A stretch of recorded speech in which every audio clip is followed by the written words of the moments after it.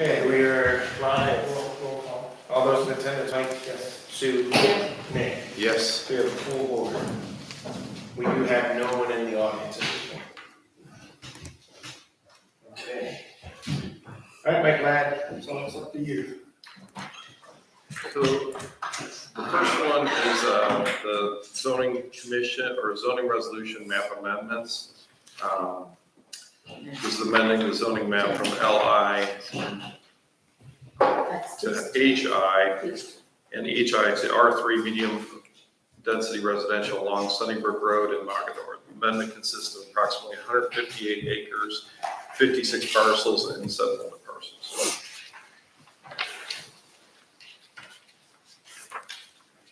So this is basically taking all the LI off of Mogador and converting it back to residential, which it is. We're not changing anymore. Sunnybrook and Mogador. For discussion. Here's some maps. The first thing was the Regional Planning Commission wanted to change it to R4, which would have, been fine. But we had public hearings, the residents didn't want any multifamily, which is R4. So we went to a lesser amount to R3, which regional was fine with. And that's where we're at here. Okay, I would like to make a motion for discussion to accept the.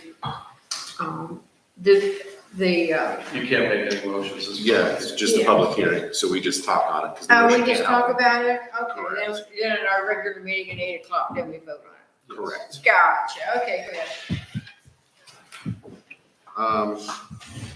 This was all duly advertised, all the boards reviewed it. Any questions, Mike? Regional planning reviewed it. Regional planning, actually Todd is gonna be here at ETEC, so he's gonna be a little bit late, just in case anybody has any questions. Any feedback from the public hearings beyond this? Yeah, so we did have, actually she might be here now, I don't know, you with the recycling district? So we had some questions from the recycling district, down Mogador, and we had some concerns. We weren't quite clear as we talked to her on the phone and the emails, what the concerns were, because she's not part of the rezoning. Okay. They're further down the street. Is that Sunnybrook where the sand and gravel pit is? Is that part of that? Mogador, That's the part that's. Mogador, yeah. The sand and gravel pit is included with this into the R3, just because we had Mike Mullen go down the street and analyze to see, can this go industrial? How much would it be for industrial to bring it down the street? With the water and sewer, he goes, I don't see anybody coming down. The only thing that we could ever foresee happening is possibly a housing development at the sand and gravel pit. But even then, the cost of it is so intense, you need a lot of homes, which I don't think you're gonna get with R3. Are the properties there now quarter acre lots or bigger than that, the housing units that are back there right now? Are they half acre, quarter acre? Well, it came in and fell into R4, so when Gail from Regional Planning analyzed the area, those bowling alley lots Right. that are up and down there met the it was right in between R3 and R4. So it couldn't go R2, they don't meet the, So no, if you went R2, they become non-conforming lots. okay. Because the only reason I bring it up is I know one of the things that we saw in the survey is that we want to maintain the rural status, quarter acre lots versus we get the half acre lots. Right. While it may impact development some through there, I think it helps maintain that rural. That's why I was asking if we could be at a different. Well, and then we have some of those bigger lots. I think you'll see the McGuire farm back in there. It's right next to the sand and gravel pit. Right. That's all zoned agriculture, CAUB already. Okay. But it just helps it with the residential because you're absolutely right, that sewer is all back. And the old one and the new one consistently are the same, they still want agriculture. And now we have more agriculture than we ever did before. I mean, I think we've dated back to like 40 years prior of having more now. But the difference is you might not have a 100-acre farm. You might have 10 plots of 10 acres instead that are now zone agriculture, say ACAUD. So there's smaller type farms, but there is more agriculture. I just know if we get a huge housing development with a lot more houses, it's more strain on fire, more strain on police, more strain on the schools. That's what I was concerned about the quarter acre. Yeah, and so far, so I've been meeting with a school superintendent, at least, I do think after the judge meeting, we're gonna meet again. His enrollment is down, so they're not seeing the numbers spike, even though we're getting the housing units and the apartments. Right. His actual numbers have been going down. So there's no strain on the schools. I'm not so sure about fire. Police said there hasn't been any issues, so. That will be something on every day, right? No, I think the cross for that is Old Forge. So you have to cross over Old Forge, go to Stuffield. Man, when I'm watching those fire numbers, they're not going up. I mean, like Craig says they're going up a lot, but 10 and 15 a month is not going up to me when you see the value that the police have. So I understand what you're saying. Okay, so. Todd is here as well. Hey, Todd. Just in time for the bus. Just teasing. How you guys doing? So the question was the R4 zoning, and I told Gail went through the R4 zoning.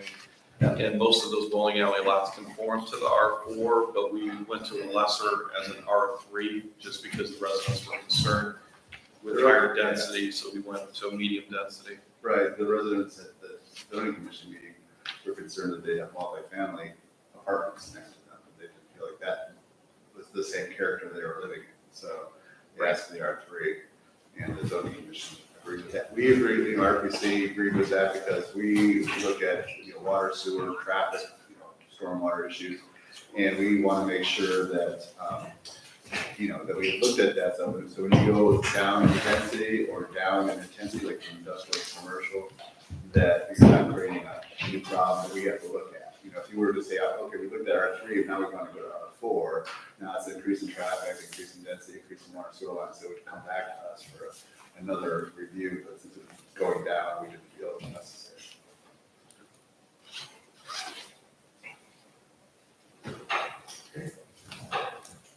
Mike, it's your meeting. So. Yeah, I don't know if you have any public comments, or we don't do this voting.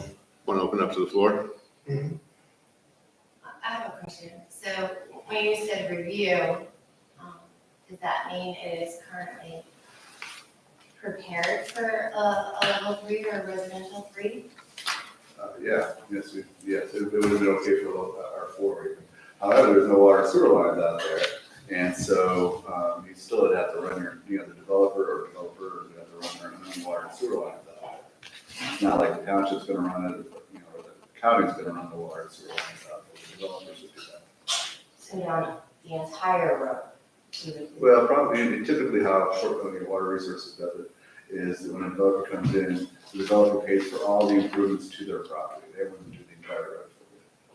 Unless of course, Water Resources had a bigger plan and they help offset some of the costs and extend it further. But for the most part, that's not what I've been hearing from them. I didn't hear anything like that when they reviewed this. They just said that there was no water and sewer for most of that area. Where would it come from, Todd? Would it come from Old Forge, or would it come from 18? It would probably come from 18, So it wouldn't pass you guys? Yeah. I was thinking it was gonna pass you if it came by. It wouldn't get to you guys. Do those projects typically, let's say they ran it from, developer comes in and says, I'm building development A. They run the line from Talmadge to development A. Everybody that line passes, does the county typically make them tie into that then, or they leave it optional? It's an optional thing for them. Okay. They're not forced to tie in. Because I didn't want to put an additional burden down that road. But if your septic system fails, does that sort of That qualify as an event? Well, yeah, that qualifies as an event if your septic failed. I mean, I guess there's a gravel mine there, so there's probably decent soils there, just generalities, but anyway. Another question that I had is, one of the maps I received showed light industrial being converted over to residential. and it showed the entire part from like a house over from the district over to almost Talmadge Road, and showed the entire portion of it being converted over to residential. Is that an accurate statement? Say that again. Are you talking about, because along Town's Road there, it's probably highway commercial? No, I'm just talking about on Montford Road. Well, that's what I'm thinking of. So I think near Town's Road, that's highway commercial, I'm pretty sure. And then below that, but now it was like, how that would be. So the entire portion pulling out of the district and heading all the way to almost the end of Montford Road right there, to Talmadge Road, all of that would be residential. Not to Talmadge, no. No, there's highway commercial up on Talmadge. But she's saying correct me if I'm incorrect, but you're saying as you're driving down Mogador, leaving the recycling center to the point you hit Talmadge would all be residential.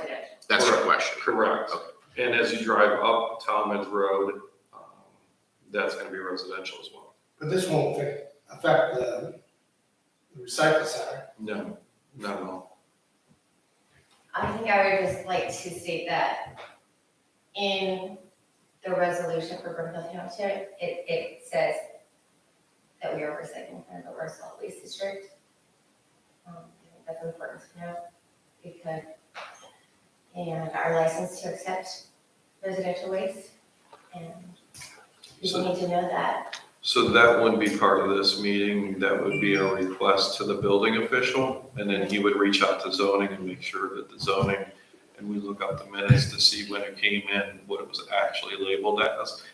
But your occupancy and the terms of your occupancy is the jurisdiction under the building official for the county. Yeah. Right, and that's fine, I just think that that's important to know. Yeah, and I don't know what it says on your tax records or anything from the county, what it Oh, is. by the commissioners. Do you have concern with the traffic coming up and down? There are semis, there are dump trucks, there are refuse trucks, there are tons of trucks, so to put a residential area there seems a little concerning to me. We're not putting a residential area there. The residential area exists. So that what happened is, this is a result of the residents coming to the Board of Zoning Appeals. So, for example, if you have a fence, a shed, a pool, a deck, any kind of addition on your property, you're a non-conforming use in a light industrial district. So you have to come to me, seek a variance to put on a fence, shed, deck, anything, and you pay $250, you go to the Board of Zoning Appeals, and they may or may not grant you because you're a non-conforming use. So if these are all residential homes, I don't want to punish the residential homes in this area anymore. I mean, you know how aggravated people come in and they're like, are you kidding me? I've got to go to the Board of Zoning Appeals to put a pool in on my residential house. And I feel for them. So this will take that away, and all these residential homes will become conforming uses. So if they want to do something, they come in, they pay a $50 permit if they're not senior or veteran, and that's it. Will this, as we go down Mogador, are there any partials that would become non-conforming now because they're not a residential, they're a business of some sort through that? We don't have any businesses listed. There was one that came to the meeting and he says, hey, I have a business. He identified the property. It's actually right next to the sand and gravel pit. We don't have that listed as a business. It's a residential structure, and he never obtained a home-based business. So he needs to actually apply to the ZBA as a home-based business. It won't be a non-conforming use as long as he gets his permits. And then there was one other, I think there was one other unit that was a 4-unit apartment at one point that may be non-conforming within an R3.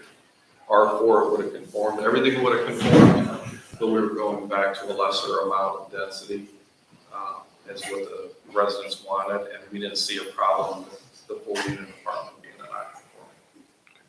So we don't have any JED revenue from that area. None. Tom, you guys contributing to the JED? With government. We are, Well, too. You do have a bunch of businesses I just from, wonder, because I mean, we're a township and we contribute to Oh, yeah, no, we do pay to the JED, you're right, because we get a discount to, Thomas Rec. We do contribute to the I JED. wish they'd give us a discount. When did you get a discount? They don't know when you tell them. So- Yeah, you have to show so, them, yeah, right. So, yeah, you are contributing to the judge. Yeah, yes. So, I have a question, it makes sense to call the residential home residential, what about the gravel pit, are there plans in place? Because right now it's, so, None. but we're calling it residential, so it can't then, if it's kind of a blank slate at the moment, there wouldn't be an option for business to move in. No option for business to move in there, no. But that's the plan, so you're kind of creating residential space. What we did is we analyzed, we had Woolen Engineering analyze specifically running water and sewer to that spot and can it become industrial? And he says this, unless you've got some massive, gigantic business that would come in there, but it's a little bit of a distance from the freeway. He didn't foresee it ever happening. The only way that water and sewer could ever be brought to that parcel in his mind was to become residential. And going from an R4 may have brought water there. I think an R3 is right on the line where it might not be cost effective. I think if you were to do that, because you need amount of units to sell for a developer to flip the money and actually be able to build. If it was R3, I'm guessing, it's a wild guess, those lots would be probably 120,000 for a small lot in there if we went with R3 zoning. Kind of puts it out of Brimfield's league right now when Hickory Creek is about 65,000 a lot. So we're not, I don't think that that's ready for that, but you know, we'll see. So the plan is for it to be, that's what the plan is, actually not going to be residential, but the R3, R4, you're gonna have to have higher density to justify running water and sewer. R4 would probably give you definitely a housing development in there, but the residents at the last meeting prior to the zoning commission requested a lesser density and keep it more rural. And so does our comp plan and our new survey results that just came back at the last zoning commission meeting, calling for more agriculture. So, you know, the agricultural farm that's there, Dwyer Farm, if somebody wants to come into the sand quarry and make that a farm, they can. So we're putting it back to what the residents have spoken out in for. I've got a couple of questions. Sure. What entity group of residents has asked for this change? The ones on Sunnybrook, I don't know if I should, you know, speak their names that come out, but the ones that recently came out and requested additions to their homes, pools, fences, those are the ones that actually spoke up. The other one that spoke up is actually zoned in highway commercial, and he spoke up at the last meeting, and there's 4 lots that are actually zoned highway commercial. And he requested to go back to residential because he's having the same issues as well as the residents over there. And so that isn't part of this meeting. It's coming up and it's going through the process to change those 4 lots into residential out of highway commercial as well. Because they're just people upset that when you go to do something, it's very costly and very time consuming. That's 4 lots out of, I don't know how many are on there. It's a On lot. highway commercial. Let's look to the future. I mean, what we've seen go on in town, as soon as one of these farms or a golf course goes up for sale, you got Pulte or somebody come in there cramming tin boxes in one hell of a hell. And that does load up the schools. But what that's going to do to Modular Road where we are, you put high density or medium density in there, you're gonna have kids, you're gonna have grandmothers, you're gonna have teen drivers. And you're gonna have people crossing that exit, you're gonna get people killed. So when you increase the traffic on that road, because you put families on that road, and you've got young and aged drivers, someone's gonna get tagged, crossing that exit, unless that whole exit is. Well, I don't want to just put misinformation out there. So I've met with the schools, and the school numbers for children have actually gone down. Has not gone up, even though we're building and putting more apartments in. We had 40, over the last 2 years, we had about 80 homes go in, and we've had about 200 units of apartments, and the school's enrollment went down. Regardless, you're going to have drivers, you're going to increase the traffic across that exit. I don't know, how are we increasing traffic? Just I'm asking, how do you think we're increasing traffic by calling a residential home? I said, let's look to the future. So you've got a farm, what happens when those farms sell? You get large developers coming in, asking for another change in the zoning and putting houses one up against the other. They're putting them right on the other side of Talmadge, and I lived in Talmadge, I've watched this happen, and it's still continuing to happen. You'll get a large developer come in, or even a medium-sized developer come in, convert that farm to housing, and the next thing you know, you've got a lot of traffic. If it's only going to stay like it is, which, we can't fix the future, I suspect not, because of the opportunity for a large player to come in. Something else is gonna have to be done with the road, because we've got semis coming in and out. Sometimes there's that's a narrow, curvy road. Yeah. We've got semis waiting to come in where the next guy comes out. We've got heavily laden, big dump trucks running up and down the road. We've got recycle, trucks coming and going. Okay, well, this, That end of the street is not family friendly at all. So if you live there your whole life, it's something you're used to, and you're used to dodging the trucks. But when you start putting new housing developments in, which is going to, I can promise you it will don't happen forget when your. the zoning is changed. Right. Again, people are gonna get hurt. The other thing that happens is for businesses like ours, look at the example of the store, Where's your business?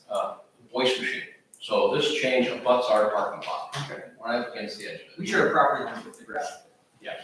Right. And, In the back part of it, correct? I'm sorry? In the back part of it, correct? All along the side. So- Looking at that, down the road, this can bring up a good point, traffic. So let's say a development was going to come in, and right now, there's nobody looking to come in, there's nothing on the table, there's nothing on the books. Nobody's even questioned coming into that for a development. But let's say that you're right and somebody does. I mean, it could happen and you're potentially right. But the traffic, let's talk about it. So if they came in with a PRD, they run their numbers, they have to come in to the Board of Zoning Appeals, which then the Board of Zoning Appeals could say, well, if we're putting this many units in, we need to do a traffic study, and your engineer has to provide that to show what kind of improvements have to come with that road, and they put that on the developer if it increases traffic. Well, the concern, one of the concerns we have is, if you look at the example of the Stowe Airport, it had been there forever, it's still there fortunately. Well, they moved the big housing development in at the end of the runway. Within a year or two, you had people wanting to shut down the airport because they built the house at the end of the runway. We're gonna have the same kind of issue here. You get people putting a development or increasing the density of the housing in that area, then they're gonna be upset with the trucks and they're gonna be complaining, and we're gonna have to widen the road anyway. So I think as you look forward, you gotta think about having to widen that road and what that cost would be. I don't know who pays the cost, So we but would, that's gonna have to happen too when those develop. so that would be the county. County would have to tell us, we fall under the county engineer's office for engineering. They would have to let us know if those numbers are going up or down or what have you. But I can guarantee you that there's no housing development gonna come in without the BZA asking about the traffic. And that's pretty standard. That's standard on any development. Were there a lot of people at your first meeting? Well, typically, when you talk to like Mike Wolin with Wolin Energy, he does a lot of that's why we asked him to look at this. He's done a lot of the developments here, as well as GVC and a couple of the other firms that seem to be consistent. When we do these traffic studies, there's minimal impact of traffic coming out, even if you're putting in 100 units, it's just minimal impact. The last one we looked at, it had minor impact at anything. And I look at all the people that have already been complaining about the trucks on that road. Right. I mean, that's like, so the zoning doesn't have anything to do with the traffic. As far as, who drives up and down the road, if there's a truck or whatever, that Right. zoning doesn't enforce that. Okay, well, we have one more than here. Yep, we have one more public hearing unless you have any I don't have any more questions. You guys? Okay. No.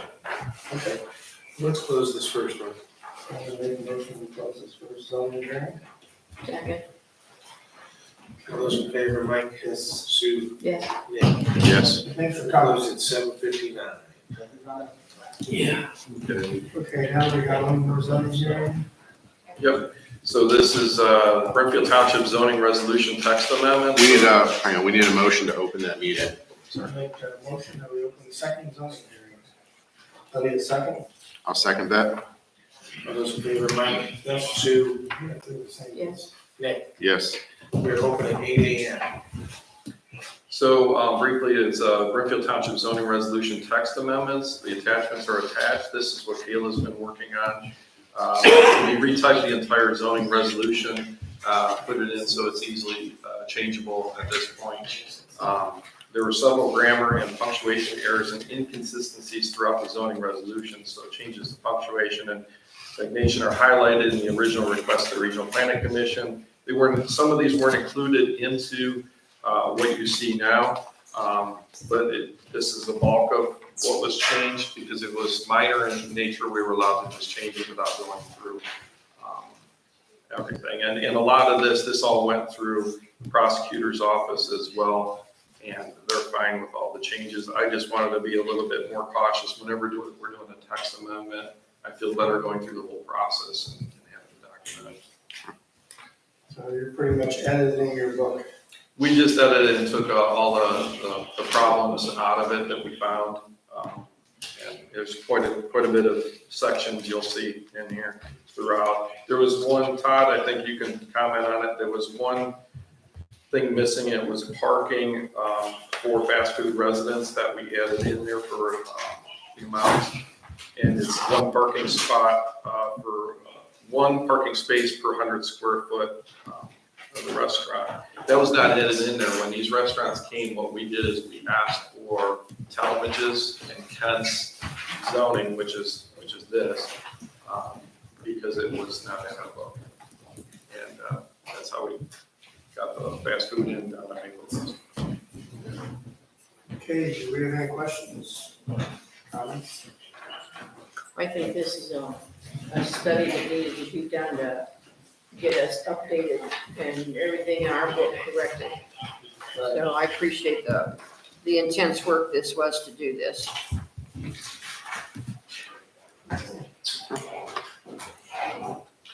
Anything else? Just need to close it if you're done. Okay, then I'm gonna make a motion for public comments. I'm gonna make a motion to close this meeting. Second. All those in favor, Mike? Yes. Sue? Yes. Nick? Yes. We're going to close it 8:02.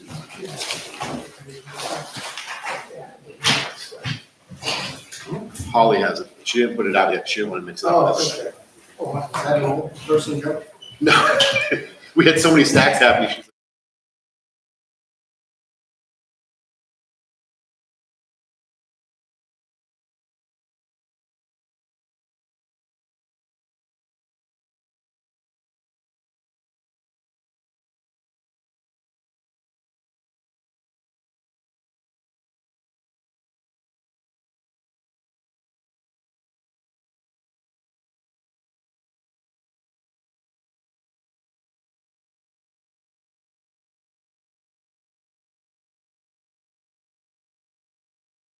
roll call. John?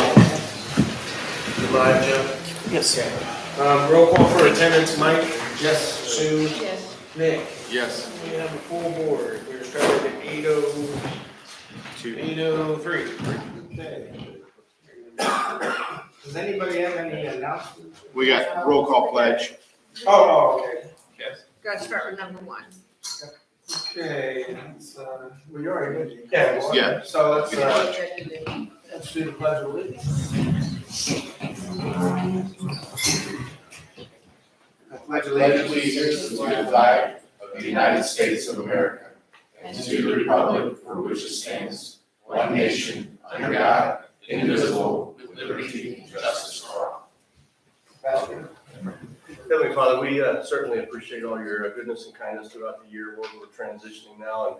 it's obvious that we're not ready for it and people don't drive right. We just pray that you continue to keep us smart on the road, but most importantly, keep our police, fire, and road crew safe as they're out there doing what they do for us. And Lord, we now ask your blessing upon this meeting. Let everything that's said and done bring honor and glory to you. And we ask this in Jesus' name. Okay, announcements, correspondence, everybody? You have one thing. Just a reminder, we have a JED board meeting today, so Mike Ladd, Craig, and myself will have to step out early. I asked Tyler if she would just go down and watch one meeting. So, I don't know if she'll be doing that. I Okay. just wanted her to see that now, 'cause I'm in the process of setting up the Challenges JED board meeting. We're gonna do it here. Okay. So, Holly, I'd like to see that too. Just, there's another place. What time do you have to leave, Nick? Please, give me a second. I'm trying to, starts at 10:30. That's already 10:30. Starts at 10, so like 9:40 at the latest. Do they think I want to give you the check and see? Yeah. And then Craig, I have Craig bring it back and drop them off. Thank you. Anybody else have any? Okay. Yeah, I had a few phone calls. People were really pleased with the trick or treat. They thought it was a nice community event and they just enjoyed it, and had a good time, and I just want to say thank you. Okay, I did get a phone call, I was getting yelled at because of the school levy. And I don't know, it seems like I have to do this every time, to remind residents that the board of trustees has nothing. Nothing to do with the school board, yes. I don't know how I get through this to the people, but Well, we made that announcement 4 weeks ago too, that the levy was coming out and that we're separate boards. gosh, just, I mean, I try to be nice, and I am nice on the phone, but geez, it's just the same question over and over. So, we are not the same board. Correct. Okay, do we have any meeting guests? Roy, did you want to do yours? Let's do that now. Want to do just our meeting guest? That way Do you want to do that now? Yeah. that way they don't have to sit through all the formalities. Okay, no problem. We can do that now. So I'm going to turn the floor over to Roy.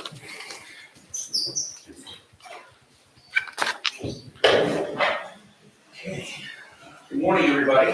Good morning. Hello. This morning, one of the best parts of my job is bringing a new officer on board our department. And this morning, we're going to be swearing in Cody Dumont. And Cody and I will not only be sharing the same badge and patch going forward, but we also share something else in common. Both of us have fathers that are also in law enforcement as well, so it's other than our cap for that, it's the reason why we got into this profession in the first place. So Cody, if you want to come on, we'll go ahead and get started. You look like your dad. Didn't hear me. He looks just like his dad.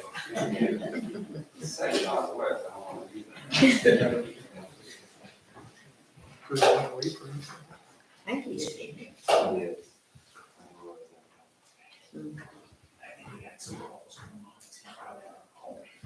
Oh, yeah. Oh, you got my son's down. I think it's dead to me.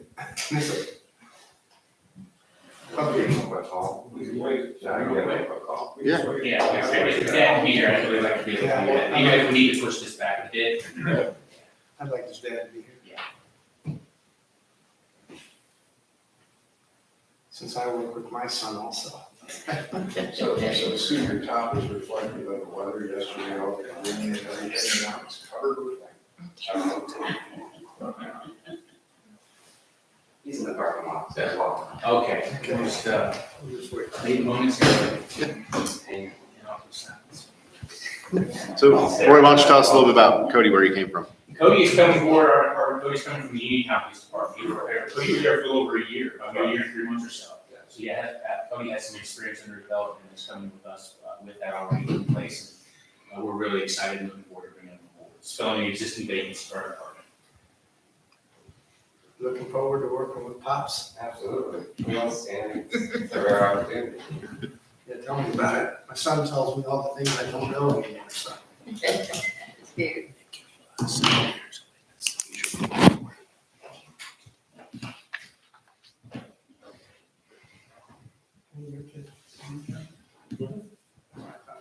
He is in jail for a couple years. Still had a fire.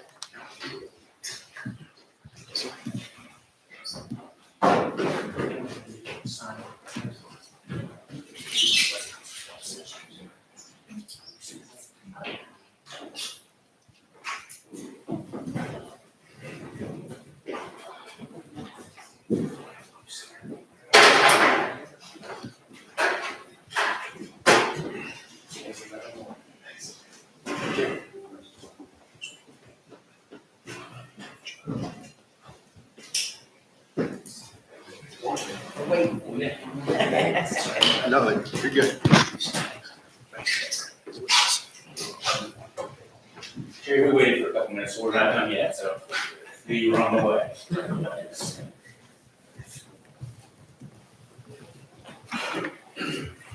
Sorry.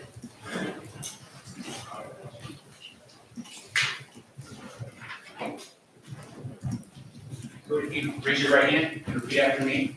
I state your name. I, Cody Moore, Do solemnly swear and affirm do solemnly swear and affirm that I will support the Constitution and laws of the United States, that I will support the Constitution and laws of the United States, the Constitution and laws of the State of Ohio, the Constitution and laws of the State of Ohio, and the laws and ordinances of Brimfield Township, and laws and ordinances of Brimfield Township, that I will faithfully, honestly, and impartially that I will faithfully, honestly, and impartially discharge the duties of the office of police officer discharge the duties of police officer to the best of my ability to the best of my ability during my continuance in that office. during my continuance in office. Congratulations.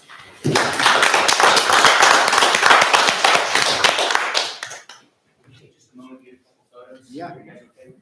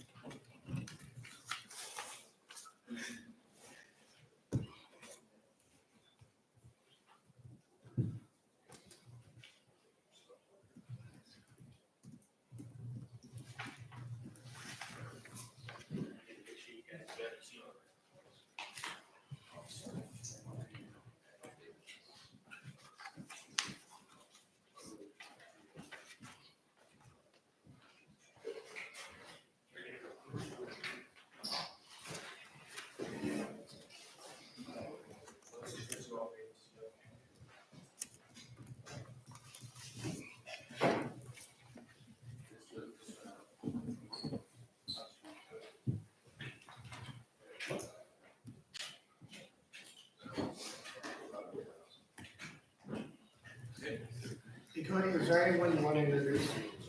My fiance, over there with my youngest son, Theodore. That's great. Thanks for coming out. Absolutely. Enjoy working with your dad, he's a character. Yeah. Congratulations. Congratulations.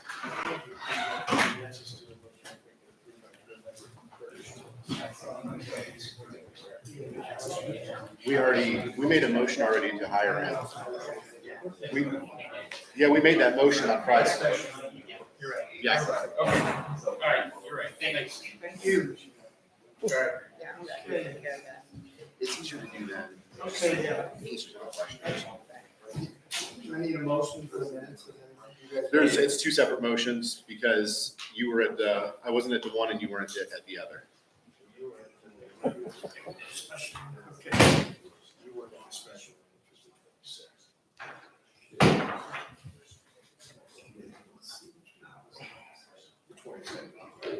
Yeah, the 27th I was at. You,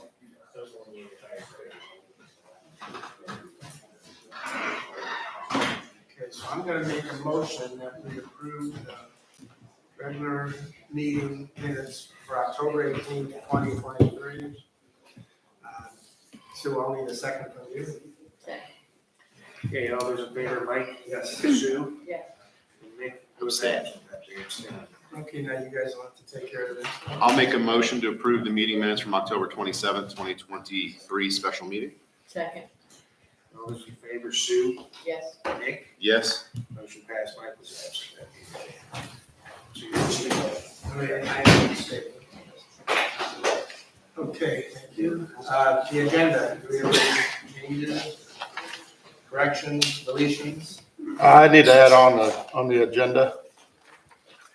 We need to add on, Klein Road culvert replacement. I need a board approval on a bunch of stuff. Okay, so that will be. Yeah, I haven't had a chance to look New at it. business number 2. So that's Pine Road. Culvert project, culvert replacement, whichever way you want to call it. Culvert replacement. That'd be 2B. That would be Down road, I got an A. two A. 2A2, right, John? Something in there. Okay, I'm gonna make a motion. Is there anything else for you? Okay. I'm gonna make a motion that we amend the agenda with the addition of number 2A, Pine Road Culvert Project. Second. All those in favor, Mike? Yes. Sue? Yes. Nick? Yes. Motion passed. Okay, I'm also gonna make a motion to approve the purchase orders. Sue can second that. I'll second. 2 seconds. I'll second. All those in favor, Mike? Yes. Sue? Yes. Nick? Abstain. Motion passed. I'll make a motion to approve the warrants. Second. All those in favor, Mike? I'm gonna abstain, I haven't had a chance to sign them. Sue? Yes. Yes. Motion passed. Okay, thank you. Now's the time for public comments. Remember, we got the 5-minute rule. Please state your name and address before addressing the board.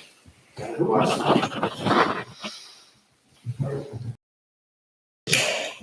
No, I have 2473 on that. I volunteered to be Brimfield Community, just not about the trucks, but my conversations yesterday, said our checking account is about empty. And we have a grant from the, something left over that we asked for and got about $80,000 to spend over 3 years. And You just got that? we got it earlier this year, but we have to spend money, turn in receipts to Portage County. Portage County processes it through before they send a check back to the county. And in doing so, they take 6 to 8 weeks to do that. So our funds get really depleted in that time frame. So just wanted to say that anybody that wanted to donate any monetary contributions and or staples would be greatly appreciated, especially with the holiday season coming up. Is there, what are some of the staples they really need? Canned goods, dry staples, cereal, and it changes, but in general, anything we can get. Could the food cover put together a flyer and then that way we could post it at least on our Facebook or social media pages? Of what they need. Yeah, like here's how you monetarily donate and here's the staples we need for the community to. I think we can get somebody to do that. And then could you just, if we send it to you, Holly, can you get it posted that one?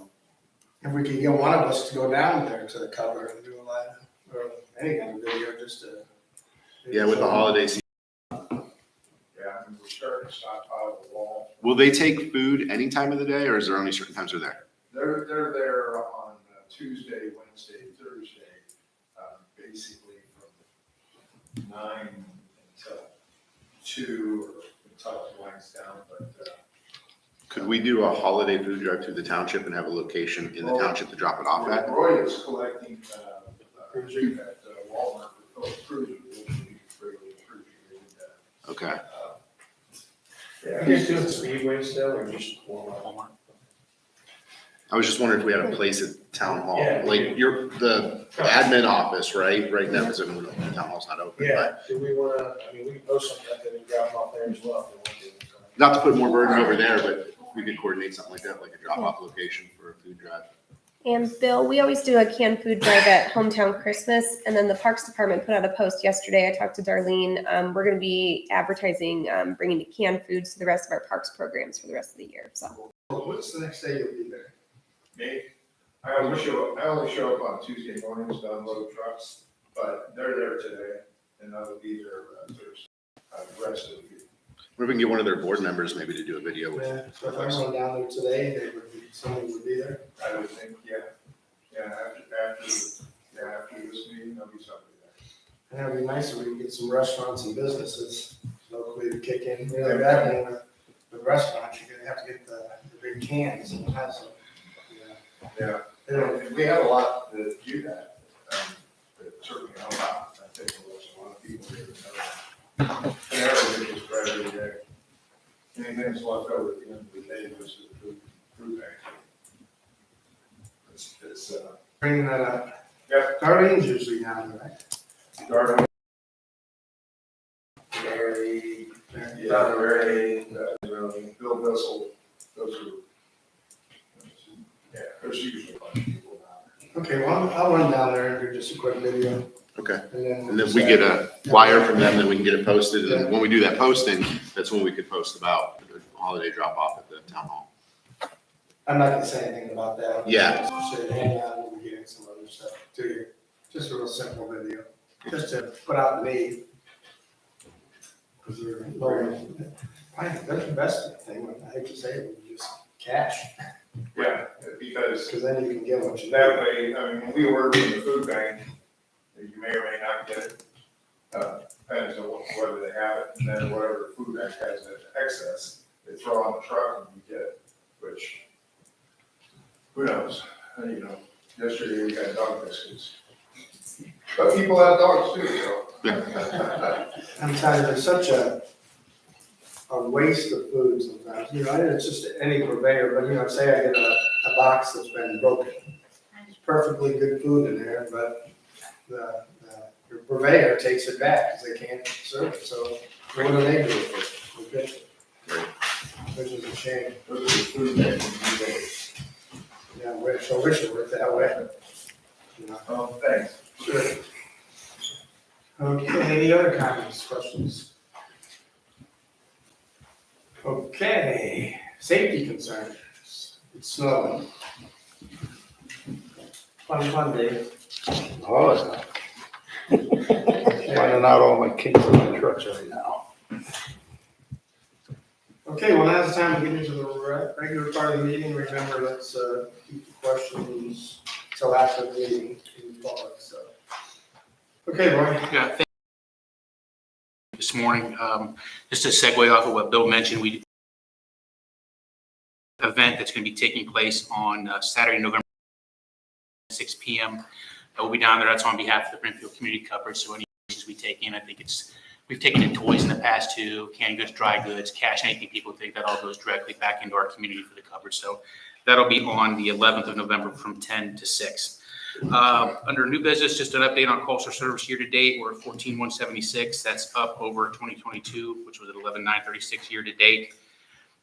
Brief update for the board on one of our police cruisers, car number 5, was recently involved in an accident on private property. No injuries caused to anybody, no other vehicles involved, but that vehicle is going to be down for a while, and it's over at NAPS right now after we got an estimate on it. But some of the logistics on getting parts with police cars is kind of taking a part in that. So I just don't know how soon we're going to be able to get that car back up and running, but it is going to be down for a period of time on that. How old's that? That is one of our newer cruisers. I think that one's only a couple of years old. Yeah.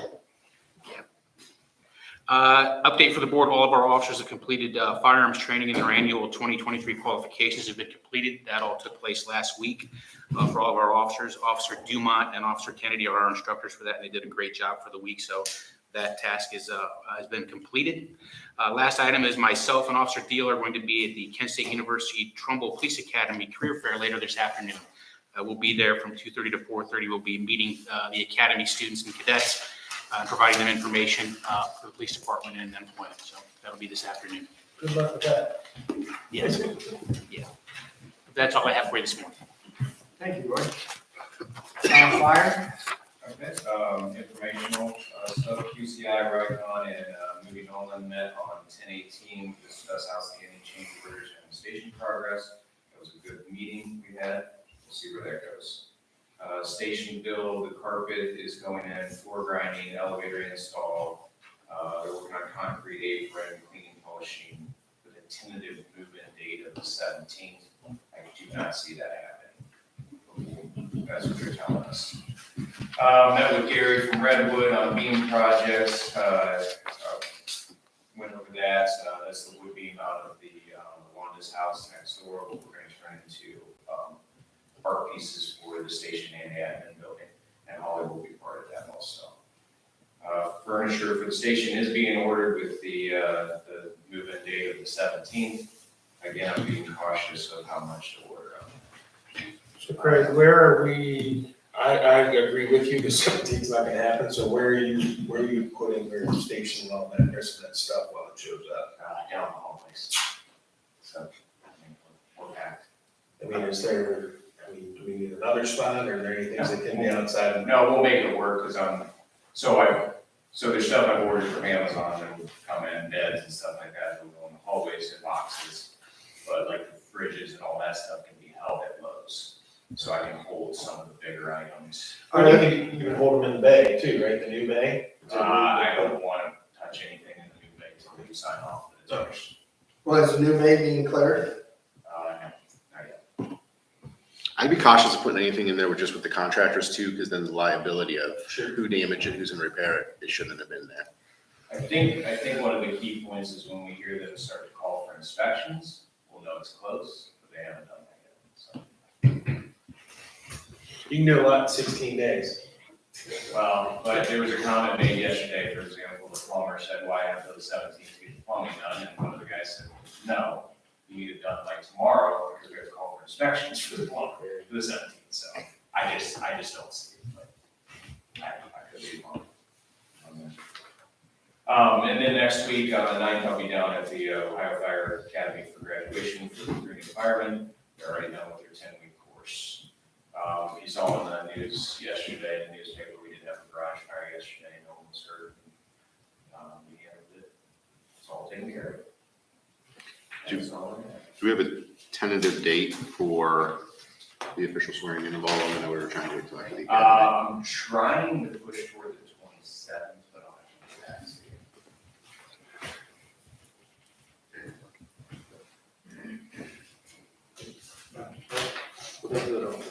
Okay, that's all? You have anything else? That's it.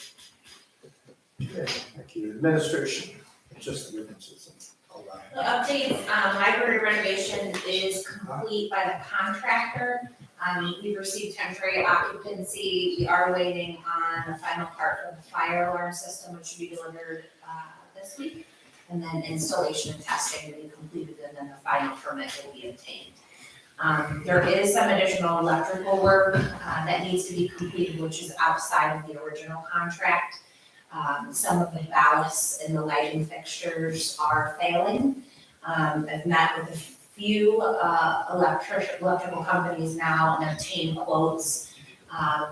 Essentially, those old ballasts and lighting fixtures are going to be going out of commission. So I got various quotes of replacing all, installing LED in the existing fixtures just to see what our total cost would be and to figure out how we want to approach this.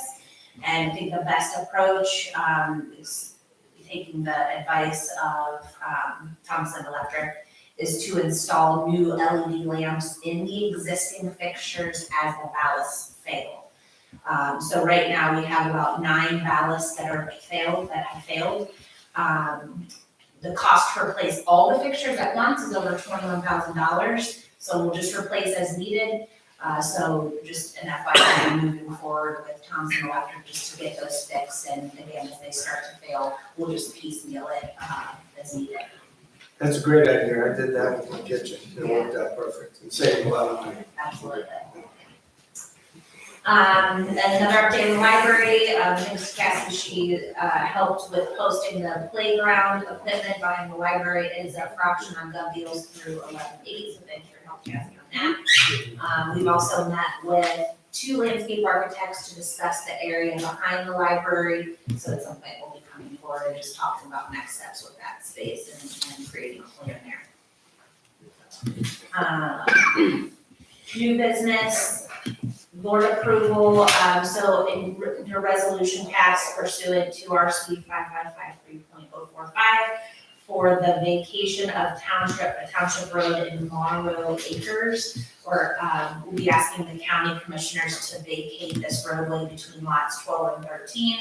Upon passing this resolution, per Brett Benz, the township fiscal officer will need to file a copy of the resolution with the board of county commissioners. The commissioners will hold a meeting to determine whether or not to vacate. So we have Mr. Mars here not too long ago talking about that road There was no plans to, I think, develop that road or connect it. So this is the next steps as far as getting that road vacated. Okay, I'm gonna make a motion on the vacation of the township road in Laurel Acres. Second. Okay, Mike Collins called me, Thursday, we talked for a long time about this, just to make sure, and he's totally on board with this. He said there's a lot of places like this around, not just Brimfield Township, around the county, that, they had big plans for it, and then as the years went by, the plans they just dropped off. So now we'll at least get a piece of property that will be taxable. I went over and visited with Sam, and he walked me through and showed what it is. For y'all know, I'll tell you what that road looks like, is they've got, roads over the area, which would have been the place where you would turn in to go down the road. And then it goes down there a little ways, and then there's a big circle like a cul-de-sac that the developers had put in. And there's where it sits. So I'm in agreement with Yeah, this I thing think it's being only- vacated. It's only 50 feet, right, Mike? Right. So It's not- even- At the back end of it, in the front end, it's 100 foot. And my only recommendation is that you split it between lot 12 and 13 down the middle. I mean, we are so lucky to have Mike Collins, I'm telling you, that man is a smart man. He sure does like Dave. So he's I would encourage all of you guys, that if you have any questions, talk to Mike Collins, because he's a breath of fresh air every time.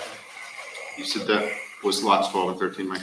Yeah, drawing here, so it's smaller ones. Could we amend that motion just for the right language to the commissioners to say, we make the resolution to send it to commissioners for review to split it between lots 12 and Yeah, I'm 13? good with that.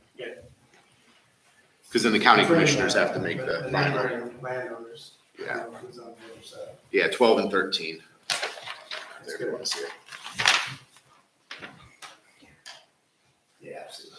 Okay, thank you, sir. Okay, Don? Hold on one second. So we're just gonna add to that the commissioners will determine whether to vacate or not, or to split. Yeah, it's just a big long properties into the process. two. Yeah, we're making a motion to send it to the county commissioners. And they can make the decision to give the land to the, Well, with the recommendation, they split it between 12 and 13. but that would be the, doing that. Well, they look for a recommendation from us, and then they'll act on our recommendation. I need to put in here that we're sending it to the commissioners. Yeah, it's got to go to, this is we have to officially ask the commissioners, and then they'll make a vote. All those in favor, Mike, Yes, Sue, Yes. Nick, Yes. motion passes. thank you. Okay, Also looking for a resolution to approve the day after Thanksgiving, the 24th of November, as a paid holiday for all administration staff. okay. I'll Would you like to make that? I'll make that motion. Second. It's something that we've done every year, at least since I've been here. Yes, we have. All those in favor, Mike, Yes. Sue, Yes. Nick, Yes. motion passes. And then payment for R2K contracting for the library payment application number 2 in the amount of $50,661.59. Do we need a motion, John? Because didn't we originally pass that? We passed the total amount, this is just a payment plan, so the board doesn't have to approve by us signing off internally that he's done it, and that's what we're gonna call it. And then just, some updates, I just wanted to, take a minute, ask the board to recognize, Gil Creek Farm for donating a generous amount of barn stone, from the barn that was actually moved, to the township for landscaping purposes, so this will be used at the fire station, and there's such a good amount, we'll most likely have, use for it in other areas, as well. Okay, well, I'll go ahead and make that recognition of Gail Greenbaum for donating those wonderful barn stones. And boy, there is a lot of barn stones. Very nice, yeah, absolutely. I'll Well, second I would that like to motion. suggest that when we use this barn stuff, that since her family has been in Brimfield for eons, and that house was built in about 1850 and came from that barn, I would suggest that some way we designate some kind of a plaque, because her mother was very involved in the Kelso house and, you know, just a lot of history within the family there. I would like to see some recognition somewhere on those stuff. Yep, yeah, I spoke to Gail about that, just to discuss what she'd like to see on that plaque. So her and I have already discussed that, and as soon as it gets constructed, we'll absolutely put it on there. It's just a very generous donation. It was. Absolutely. Thank you. Another recommendation. We got a motion and a second, just so we put it in the meeting. All those in favor, Mike? Yes. Sue? Yes. Nick? Yes. Motion passed. And then another recognition of Jenna Farley from Interior Supply Inc. So Jenna stopped by a month or so ago to our admin offices and asked if we would have any use for some acoustical sound absorbing materials. And we absolutely said yes, we'd love to use them in our library community room. So she gave us a lovely giant box of various acoustical sound absorbing materials that we can put in that room. So as there's events held, reading time, it'll absorb any of the noise from the floor and things in there. So very nice donation, and I just wanted to take a minute and recognize her and Interior Supply for that donation. I'm gonna make that motion. Recognition of Jen Farley from Interior Supply for their generous donation of acoustical and sound absorbing materials. I'll second that. All those in favor, Mike? Yes. Sue? Yes. Nick? Yes. Motion passed. On these recognitions, could you just draft up a letter from the township trustees and then we can just all sign it at the next meeting and mail that out to them? I think that would just be nice to send to them.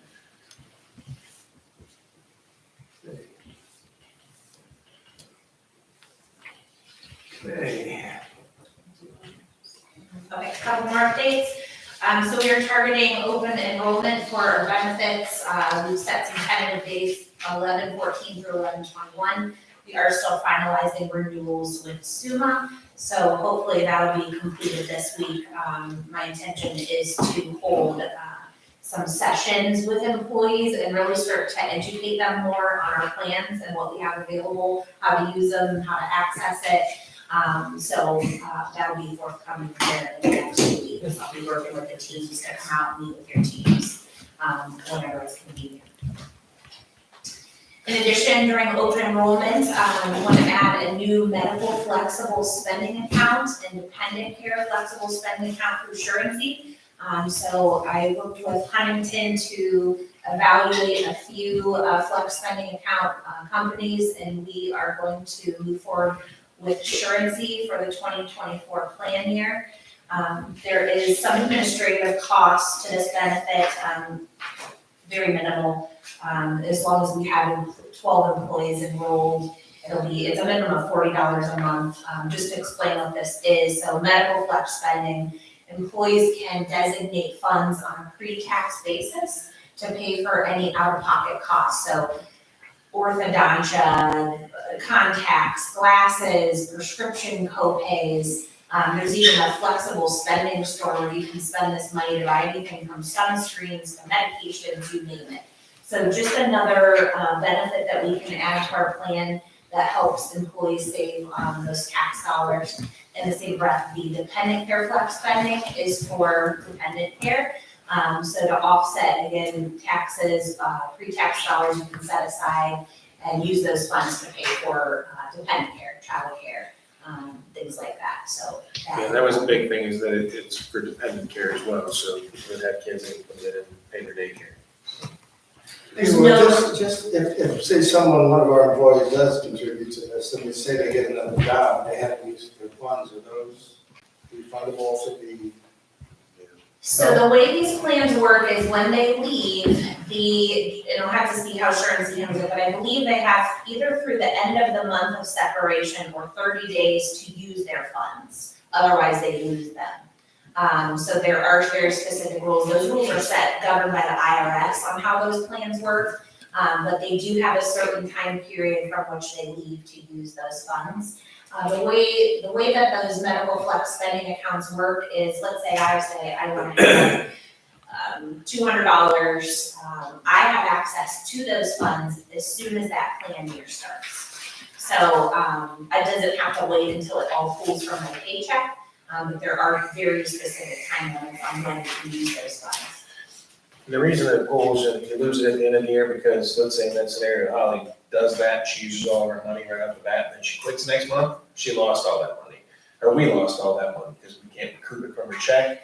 So at the end of the year, anybody that's put money into their account who hasn't used it, it actually reverts back on the township. You lose any money that you spent by the end of the year. So hopefully those are to balance out people that leave early and all that, so. And I'll do a thorough communication to employees to help them understand what it is. Usually the first year when adding this type of benefit, employees should go pretty, start with a smaller amount just to see how much they'll spend, and then future years can, so we'll work on some good communication, but I think it's a good benefit to add to our current package. No, it's a great tax. We use it ourselves and it's So really then- beneficial. One of those things you could use it for when you go to the doctors, if you have a copay. Yeah. You can use that money that you kind of squirreled away to make those copay payments. Yes. If you know you know. Yeah. Those are- Swipe your flex spending card and it comes out and it just, it's very nice, yeah. Just a note, I started. Do we need a motion on that? Because it's a contractual piece. So I need a motion to add that. Is there a contract that we have to sign with them that would It's come gonna be before us? January 1st. It'll be a, It'll be another motion later. well, there'll be a, I don't know if we have one, or if it's just, did they give us a proposal with a contract with it? I do believe we will sign off on a contract. We're approving it for $360 per month is what we're approving. For what? $3.60 per employee per month. That it Is what the contractual Per term. participant. That's what it's gonna cost. And then is this a 1-year agreement or is this multi-year Well, agreement? that would be a 1 year, but I'm sure it's just gonna be an action that just renews every year if you don't take. I just didn't know if their contractual terms was 2 years, 5 years. No, they're, most of those are, you do it for a year and then it's a continuous contract unless you cancel it. It was $360 per employee per month. Per participant per month, so Okay. it's only based on enrolled. And if we don't have 12 employees enrolled, then it would be a monthly minimum of $40. But Okay. if we have 12 or more, then it goes to the $3.60 per participant per month. So And then, employees can participate in both, but it's only one charge for that. So if I choose dependent care and medical, it's only $360 for me, it's not per account. so how soon would they be able to draw it? So 1/1. Yeah, so the benefit will start 1/1, and if they, my example, they enrolled in $500 on 1/1, they have access to the full $500, but it will pull from their paychecks for the entire year. So we They do for It's flexible not- spending, but dependent care is different. I was just gonna say that. Yeah, It's not the same for dependent care. Dependent care has to approve before they can use it. And for the dependent care, you actually submit your receipts and get reimbursement, but the medical plan, you'll get a card and you simply swipe and it takes it out. Okay. So I need a motion for that. I'll make a motion to add the new flexible spending account and dependent care flexible spending account through Surancy for 1 year at a cost of $3.60 per participant per month or a minimum of $40 per month. I'll second that. Okay, all those in favor, Mike? Yes. Sue? Yes. Nick? Yes. Motion passed. Somehow we gotta let all our employees know all the benefits they get for working for the township. You Absolutely. know, I mean, just in regards to hiring, police, fire, anybody, I mean, it's not just the dollar amount, it's the amount of benefits that we can provide. So I'm working with Huntington. We've actually developed a benefit booklet that we'll be able to give to new hires and during open enrollment. And it's gonna cover everything from our medical, dental, vision, our deferred compensation plan. So we're about to hit everybody with a bunch of information to make sure everybody knows about everything, how to use it, all of that. Is there a way for us to create a sheet, other employers that I work with do this, where it says you make this much, but then you get this much benefit from healthcare, from dependent care, from these services, to show the total package value? Yes, so total compensation statement, it is something that we can work on, but absolutely, it shows pension, everything, so even though somebody might be making, let's say, 40,000 a year in salary, it gives them the snapshot of the total cost of all their benefits and everything with it. So absolutely a good tool to provide employees to give them that. It just helps, even if we just baseline one to say, hey, entry-level employee, Yeah, it's a good marketing piece, right? Yeah, we pay you $20 an hour, but you're really making $35 an hour once you add in all the benefits. absolutely. It's just the young kids, I don't think they understand the benefits of hospitalization, how good they're when they're indestructible, they're not like the Right. older folks. Well, and I think in that packet, we need to highlight the federal student loan forgiveness for government employees. Because I think that's a way that we capture some of the college Yeah, grads, because that's after good. 10 years, you go on a 30-year plan, but after 10 years, the remaining 20 years are forgiven. So it's a It good is, that's why I program. just think it needs to be out there. Yeah, people just don't know. It's nonprofit and government. It's That's how just you not get the that hourly forgiveness. rate, I mean, it just, I mean, I understand young couples and young people are just worried about making bank. Well, we have that for every employee that we have here. We have an actual per hour charge that builds in all the benefits that we get. So if we ever want to bring that out to anybody, we can show. It'd be neat just to do an annual statement to them, but then also to create a generic entry level as part of that interview marketing piece. Yeah. Oh, that'll be put on the table right away when you're talking about it. We've been working with Todd Peets, and we'll be working with the department heads to update the comprehensive land use plan, and we'll bring it back to the trustees. Our goal is to bring you that draft after the first of the year to review, get that back on track. Thank you. One final update, over the next few weeks, we should be receiving the ARPA first responder grant funds to issue to our first responders in police and fire. The Ohio Emergency Management Agency recently provided some updates to how employers handle pension, taxes, and Medicare contributions for those. Chief Mosley, they provided a webinar. Essentially, it's up to the employer how they want to handle pension, taxes, and Medicare. So with the two groups, we have both OPERS and Ohio Police and Fire. OPERS has said that how we are receiving these funds, it is not pensionable, so no pension can come out of those in OPERS. But Ohio Police and Fire has said it must be pensionable. So we are going to move forward in taking the employee pension out of the amount. Employer will then come from the township. Taxes will also come out and Medicare will come out, but there is a difference between the two groups as far as the pension piece. And that's based on the pension plan rules. And this is only for police and fire, It is, it's specific to our first responders. but what about road departments or first responders? Not under this, grant, unfortunately. So it was a specific grant that both departments applied for. Yes. They are being discriminated. Yeah, I'm used to it. Circling back, just an update to comment on Craig's from earlier, and just, I know this is always a conversation on the fire station, but a few months ago, we brought in QCI to help us as an owner's representative role, and our goal is to come to likely the next meeting to provide you guys with an update and talk about next steps. QCI has been very valuable, I'd say, in assisting us of where the project is, how to get it back on track, and as a township, where we need to go next to make sure that the rest of this comes to a successful conclusion. So one piece we'll be discussing in the near future and bringing up the barnstone is the landscaping. We had to do some specific landscaping there on the side of that building. And the quote that we just received to put that barnstone in the whole area is over $50,000.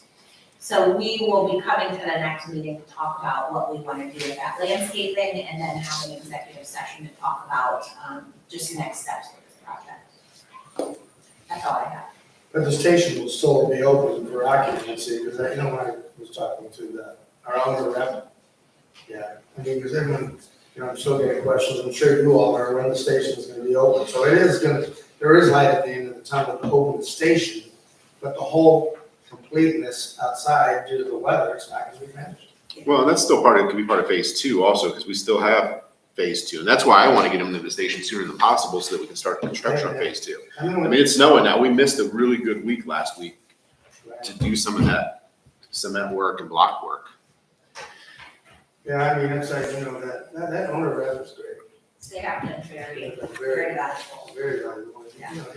He's got a good feeling about it, but just so the residents know, we're gonna be using it, but it's not gonna be decorated. Yeah, and just like the landscaping, whatever we end up doing, that'll have to be done in the spring. There's just things that we move, but, QCI has been on site regularly, looking into things that have already been completed, making lists of things that need corrected, things that our team wouldn't have the knowledge to know of because we don't have that construction background. So I would just, what we've done to invest in them has, we'll see that pay off. Yeah, anyway, complaints about the cost, I mean, they're saving us money Yeah, they will, yeah. in the long run. That's all I have. Thank you. Okay, Mike, zoning. Okay, thanks. First thing I have is a request board approval to send 4745 Curry Woods to the prosecutor due to chickens and a rooster. There's been no response to the 2 violation letters or from the letter from the HOA to them as well. This is in Sugar Maples. As you know, that's a very nice community and they're having the same issues that we had in our operation. Okay, I would like to make a motion, we accept the recommendation from the zoning inspector. I'll second it for discussion. This has been a continuing problem. It's a problem, and everybody in Sugar Maples is calling. We get quite a bit of calls on, especially with the rooster and housing development. Don't we fall under a state law of some kind for chickens? Well, we do it in our zoning resolution. It's gotta be on 3 acres or more. Well, it's definitely a country sound. That's true. No, but like Akron, I'm trying to think, does Akron not, you're not allowed to keep roosters, right? I think you only keep the. No, I mean, you can't hear if you have over 3 acres. But they can, in Akron though, I think you can have just hens, like Mike's saying, you just can't have the roosters. Yeah. But here it's, no matter what, it's 3 acres. Are they free range down there or are they kept? They're free range to run around. Are they? Yeah, I think they were learning at Ridge as well. I think they've been running people's yards, so. Mine used to run, but the fox helped me out. And it was great because my kids started feeding them on the front porch. Well, I had more doo-doo on that front porch. it becomes an issue because the neighbor's dogs chase them and then they Right. call us. Yeah, I'd chase them. I'd be having a little bonfire in the back. Okay, all those in favor, Link? Yes. Sue? Yes. Nick? Yes. Second again is request board approval for the proposed zoning map amendment changes. The proposal is to change zoning map from light industrial and heavy industrial to residential medium high density R3 along portions of Sunnybrook Road and Mogador Road. The amendment consists of approximately 158.4 acres, 56 parcels, and part of the 7 other parcels. Okay, and I would like to make that motion. Okay, I'll second it. So we did have public hearing on that this morning, Yes. correct? What is the sand and gravel pit gonna be? What is it currently? It's currently actually heavy industrial, and it's going to R3. And I just kind of hear the concerns from some of the families about the potential of that becoming a large development in the future and taking the manufacturing part out of that potentially. And then him owning a machining business next to it, it's gonna be that Rubbermaid, loud noise, concern problem all over again with when people move into that development, if it becomes a development. Well, that kind of has to be grandfathered in with those people that are coming in there. I mean, Rubbermaid moves in after the fact. Those people But realize we're still what gonna they're- get the complaints, you know what I mean? Even if it's grandfather, you still have a potential where you're putting a housing development butted up to, it's a manufacturing firm. So if the housing development does come in, there's a buffering, especially if it goes into heavy industrial. So the greater the intensity, whether it's light industrial or heavy industrial, the board of zoning appeals grants that. So it might be 200 feet from the property line that they're allowed to, or the BZA might take that into account and say, all of your green space has to be in this area. You don't want to build near the industrial. I just don't want to put boys Boyce Machine through any issues, because when Beverly moved in, all those houses were there. So they said, hey. And that's what caused the problems. Boyce Machine's already there, and they decided to build a house right next to them. The last thing I want them is coming and complaining about Boyce Machine's been there for 40 years. Right, and that would be the back portion, because there's actually a residential, structure between Voice Machine and the sand gravel pit, and they back up to the freeway. So the parcel that he's talking about is the back parcel of Voice Machine, and that backs up to I-76. So I think you're gonna get more noise, you're gonna get more noise from 76 than you will be from Voice Machines are considered light industrial, I mean, it's in a heavy industrial district, but that use is a light industrial use. I can't foresee, the machine, my dad was a machinist, so And I agree with you. I can't foresee the machine shop's gonna cost that much. I mean, I hear the noise from 76 when there used to be that ball diamond way in the back there, it was just terrible. So I think it's the right thing to do. Okay, you want to vote? Yep. All those in favor, Mike? Yes. Sue? Yes, Nick? No. Motion passed. Thank you. The next thing I have is requesting board approval for the proposed text amendments. These are the amendments that several grammar and punctuation errors and inconsistencies throughout the zoning resolution. So that was all attached, went through regional planning as well as the prosecutor's office, and they're all listed. Okay, I'm gonna go ahead and make that motion, Mike, for the correction. second, And once again, we had the public hearing this morning, went through regional planning and zoning commission. Correct. All those in favor, Mike? Yes. Sue? yes, Nick? Yes. Motion passed. Okay, and on my updates, Sheets is proposing the gas station on the corner of Sanctuary and State Route 43. They'll be requesting a conditional use permit at the November 15, 2023 Board of Zoning Appeals hearing. When do you think they'd start building? I think they're gonna go right away. They have plans already, full set. So, as soon as they obtain permits, I think they'll start. How long to build, do you think it would be? Probably 6 to 8 months.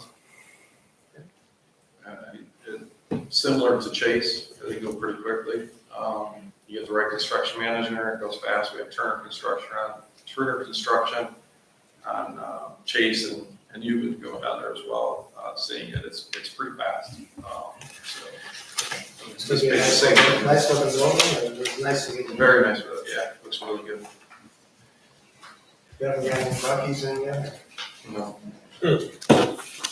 So our permit fees, year to date are 101,650, 125. That surpasses, last year's total already. Last year's were 89,265. So like I said, at the beginning, there was a lot of work done at the beginning of the year, and a lot of the fees weren't paid, and now they're paid up. So, the numbers are looking pretty good as far as permit fees. Yes, I also got some other stuff as well.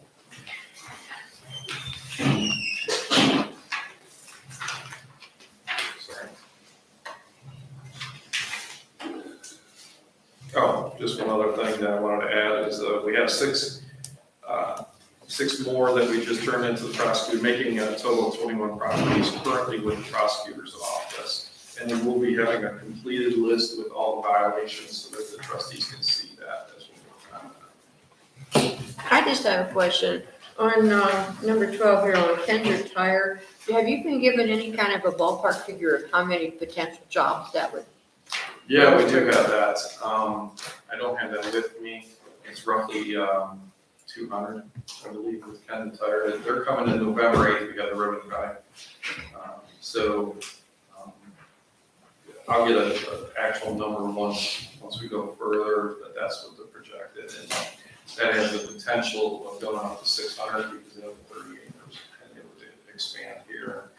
Corporate from Taiwan is coming, and they'll be discussing that. And I know there was a lot of consideration when they bought this property to bring corporate here to Brimfield. Okay, good. And our road's gonna handle it. So that's all, that whole Talmadge Road interchange that was with the light industrial taken into account and maximizing that for all that. Thank you.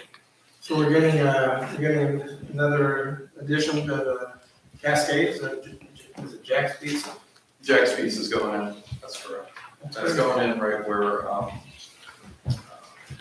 place. Is Jack's just the one and only? I've never heard of Jack's. He actually lives in Kent right now, and he's opening up in there. So he knows what he's doing. I just didn't know if there was a big change we didn't hear about.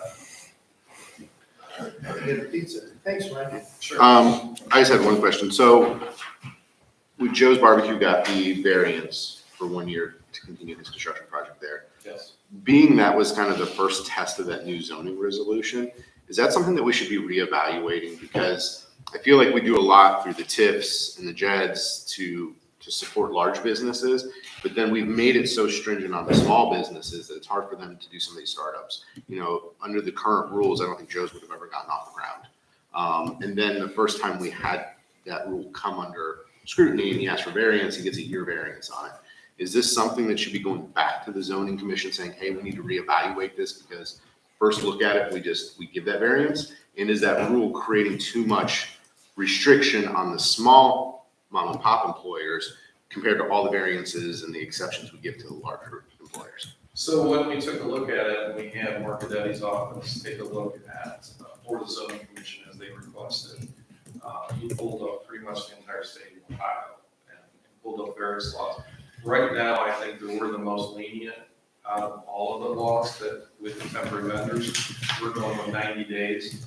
And then, you know, they always have that right to go to the BZA for a variance, seek their hardship, which in this case is built. It's understandable. With that being said, zoning commission also has it on their next agenda to discuss this very topic. Because it was brought to the board, actually, one of the members of the zoning commission requested that in the future that temporary vendors can have again vacant lots, there has to be a primary use for that building. For example, the gun shop has barbecue set up. Well, his primary use is the gun shop, and then this would be an accessory use as the barbecue to help draw in business. There's something on the agenda right now, zoning commission has to consider if they're going to, you know, listen to that or if they're not going to, as far as opening up, you know, temporary vendors on vacant lots. But and I just, because I think it brings up the whole resolution once again. Because I think, you know, it's not just Joe's, it's, you know, Brimfield Bread Oven started out as a food truck too. Sure. You know, and there's two big draws to our township. If you go outside of our area, people know Brimfield for Bread Oven and Joe's Barbecue. Yeah. And those startups never would have happened. I just want to make sure that we as a board and the zoning commission isn't restricting that potential growth of new young businesses. There's been talk, and actually zoning commission has brought it up about having an area specific for food trucks or temporary vendors. And that's what Oahu does.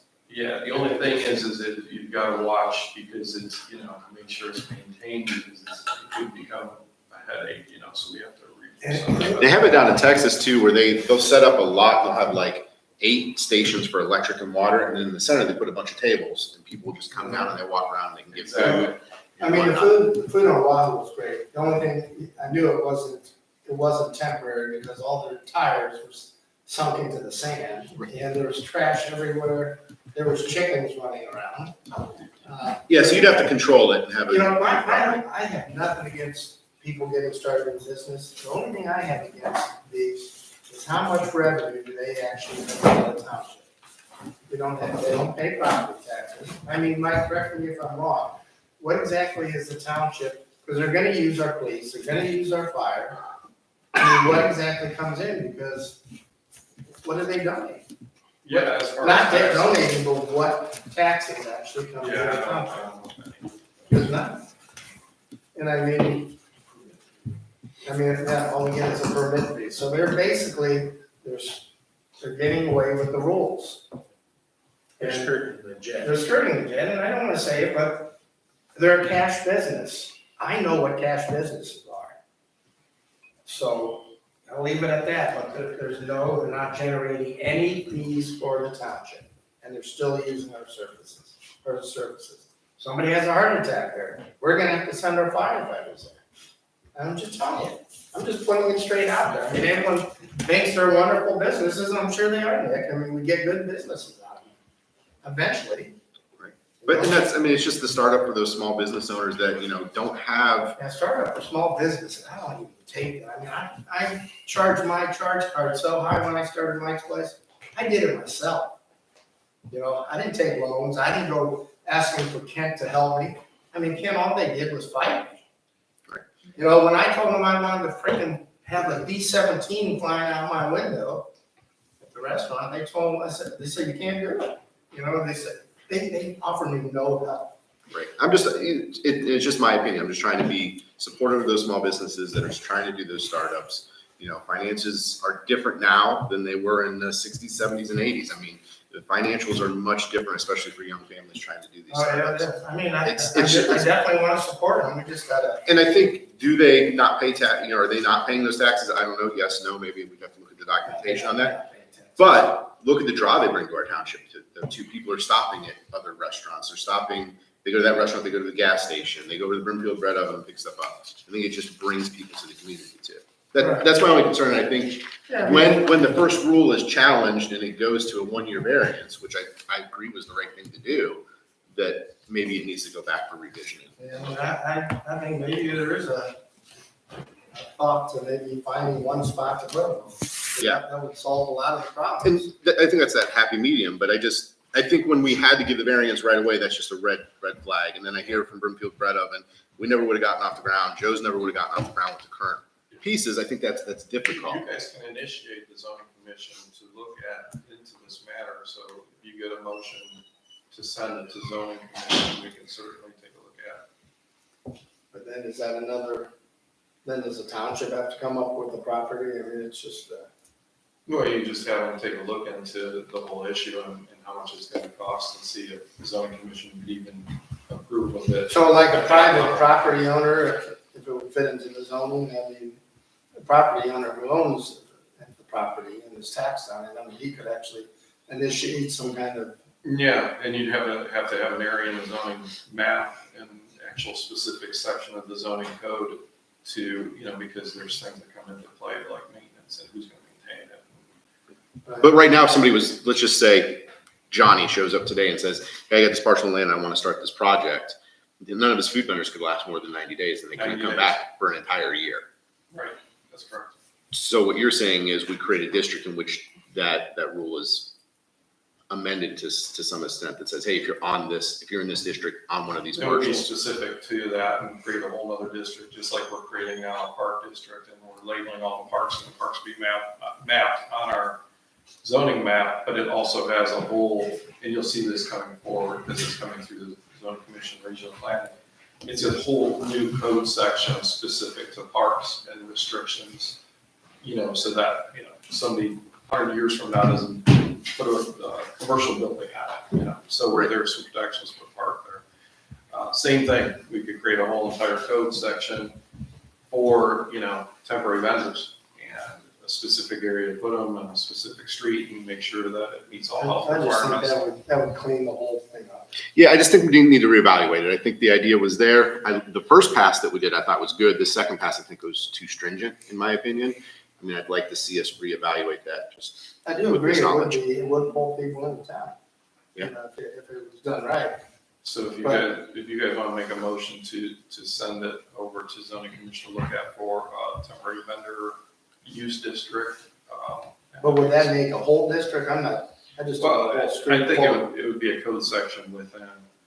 Could be even a conditional underneath one of the current districts. The way I would assume just off the top of my head is, let's say you take it into the general commercial district and you put it as a conditional use within that district, and you have a whole code section that falls under. But is that, in that whole section, are they gonna be putting, like on different street, different trucks, or what? I'm thinking one area where they're all together. Yeah, exactly. So if somebody owns something in that general commercial district, they would come to the BZA and say, hey, this is what we want to do, and it's conditional, so they have to be approved to do it. But so each one would be a case-by-case basis to build those. Right, But I think then that cleans that up.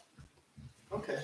So I'd like to make a motion to amend the agenda to add this under zoning. Yeah, I'll second it. So there's a motion and a second, John, to amend the agenda to add food vendor I'd discussion. say, I would call it temporary vendor. Temporary vendor, thank you, that's what I was looking for. All those in favor, Mike? Yes. Sue? Yes, Yes. Then I'd like to make another motion to send over to the zoning commission a request for review of temporary vendors to have their own code section as a conditional use in whatever they deem appropriate. I'll second it.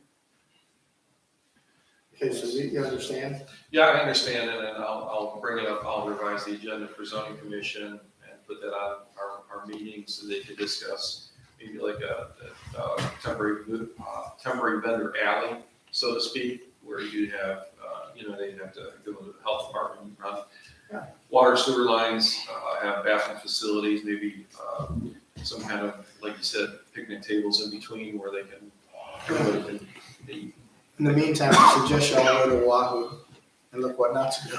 Is that township funds? Would that be opposed to one of the areas that we already have a pavilion and maybe bathroom facilities, set up? I think it we would can be actually sort create one of, of our park districts where we can. I think it would be sort of cool. I mean, if we had the water and the electric, it'd be neat, even if it was a weekend thing, where there was weekend rental, where food vendors could come down. But I mean, that's long-term. I mean, when your family wants to go out to eat, and nobody can decide on one place, at least you go there, you can pick. I think it'd be unique. I don't think anybody around us has that. I think it would be a draw. Yeah, that'd be a nice, fair weather kind of place, I don't think winter is gonna be touch and go. Right. Hot chocolate, coffee. Yeah, microbrews. Monkey golf. Okay, All those in favor, Mike? yes. Sue? Yes. Dave? Yes, thank you for that. What about, there's a nice parcel across from the soccer field?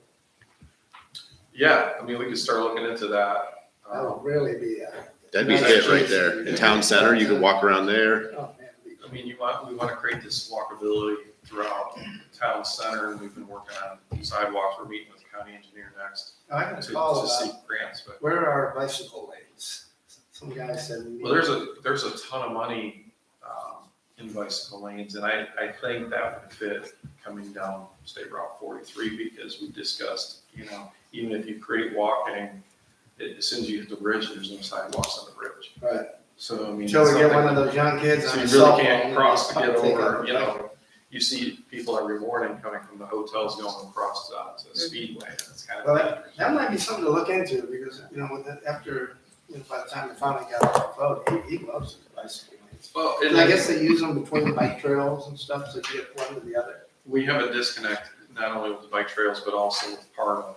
And, we discussed this with Pardo as well. You have these bus stops going down State Route 43, but then the sidewalks end and everybody has to walk on the street. Right, well, in reference to that real quick, when Chick and I were on board, maybe Sue, we had Portage County Park Districts got the money, and they've already drawn a whole bike trail for Brimfield that connects to the Kent Trail.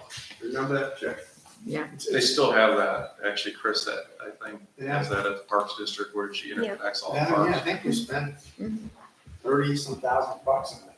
Not us, but she was able to get grants, so that's just for future reference. I mean, the plans are out there. Well, I'll work with Cassie on this. I'll have her, I'll invite her to the zoning commission and see if we can't utilize one of our parks to start off with. Maybe we charge Yeah, the enough big thing fees, is- a rental The fee big thing they need is to the help the cleanup trail. and stuff, Right. Because we had talked about it, and the trail actually went all the way up to Mogador Reservoir, and then it was gonna go to Hartville.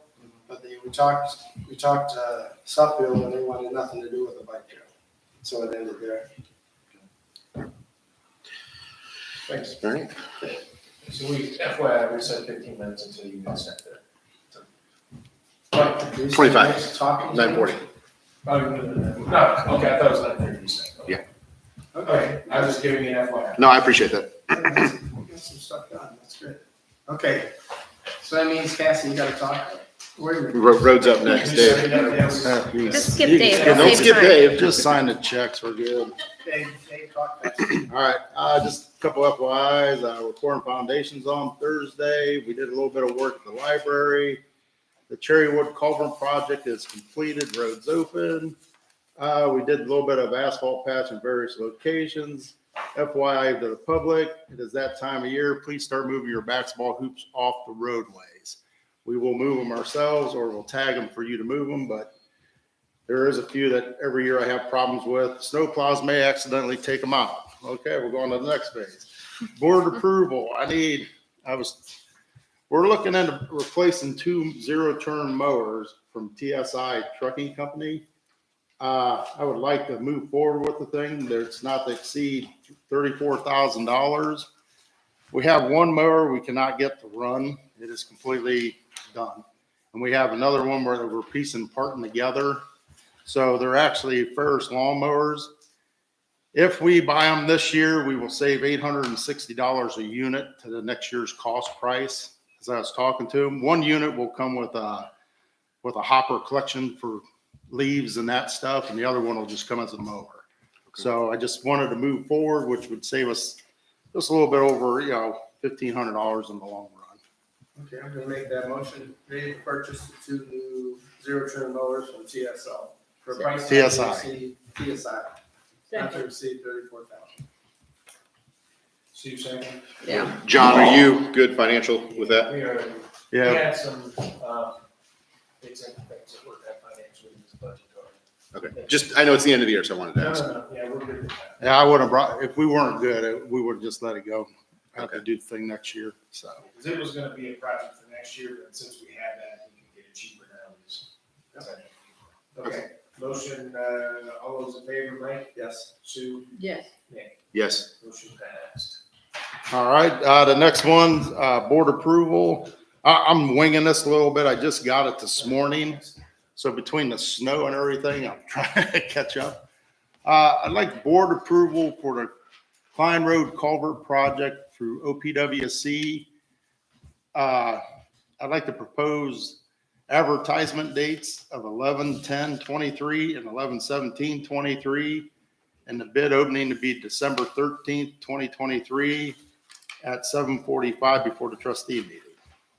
Okay, I will make that motion. John? I'll second that. You said it was December 13th, was bid opening day? Yes. Thank It'd you. be 7:45. We're going to give them a little bit extra time to put their bids together. The project probably will not move forward until May, June of next year. We have a gas line that needs moved and this kind of stuff. So it's one of them. We're just trying to get it on everybody's books for the first of the year. Okay, so For the we're first not of worried next about failure of the road right now. No, the road failure, there's not a problem there. Okay. So in that bid project or bid specs are all already done, we just have to get them on that. Yes. So 11/10, 11/17, and then open 12/13. December 3rd. 7:45. Yes. All right, all those in favor, Mike? Yes. Sue? Yes. Nick? Yes. Motion passed. Okay, now just one more quick one. I would need a resolution passed for the Portage County Engineer's Office can prepare a bid book for the Klein Road Culvert project. I'll make that motion. I'll second.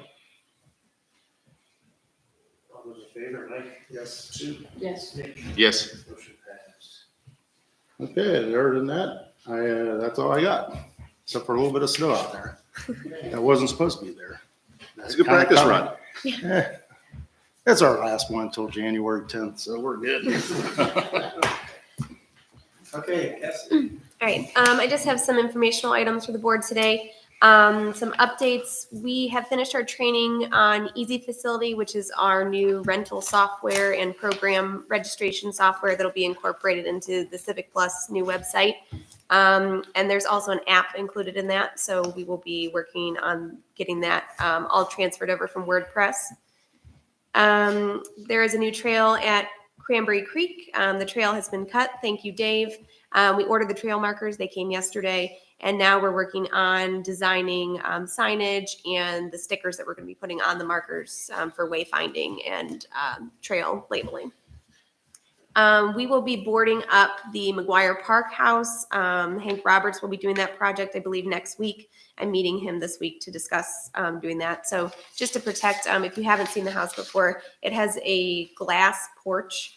It's built in the 1930s and it has all these little panes of glass which I'm surprised haven't broken yet. So we're going to board those up to protect them as well as the windows and doors.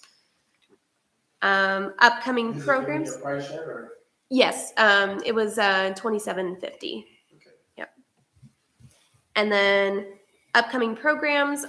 This coming Sunday, we have the pumpkin roll at the Cranberry Creek Park Sledding Hill from 1 to 3 p.m. We actually just finished our Halloween tour contest, and right on the heels of that, we have our Christmas lighting contest, which the registration for that will start on November 13th and end on December 1st, and the voting will go from December 9th to January 2nd. On Friday, November 17th, we will be having an owl hike at Cranberry Creek Park on our new trails. And Sunday, 11/26, we will be having Hometown Christmas at Brimfield Historical Society. And then I just got the results this morning, actually, as we were sitting here. I have not tallied them yet, but we did get 245 votes. So that's pretty awesome. For the first year, we had 9 participants, and yeah, we had a lot of positive feedback on that. So.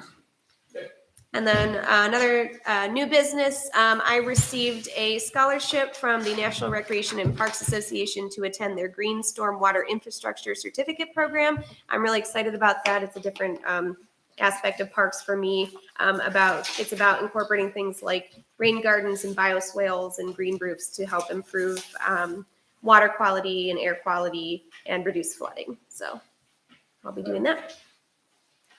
And that concludes my report. Thank you very much. Okay, Joe. I just have informational items also. Letting you know that I've completed the moving from Dropbox to OneDrive. All departmental files were moved. I'm not aware, other than some hiccups in zoning, not aware of any issues with that. One of the things that we will see is when we discontinued our business account, Dropbox automatically converted everyone's account to personal. Okay. So if you had your own files instead of Dropbox, they didn't go away. They're just a personal account now. For a few people, what I'm finding out, this is just that it's coming up this week, is for people that were utilizing it a lot, or maybe not realize they were utilizing it or not, because they went from business to personal, you may be over your capacity as a personal account. So you might be getting emails from Dropbox that you're over your capacity. I can help people, but really what we need to do is go through, look at what you have in Dropbox. Is it stuff you need? If you need it, move it to OneDrive. So I'll send an email out saying, I'm available to help with whoever, but it's not, your information isn't going away.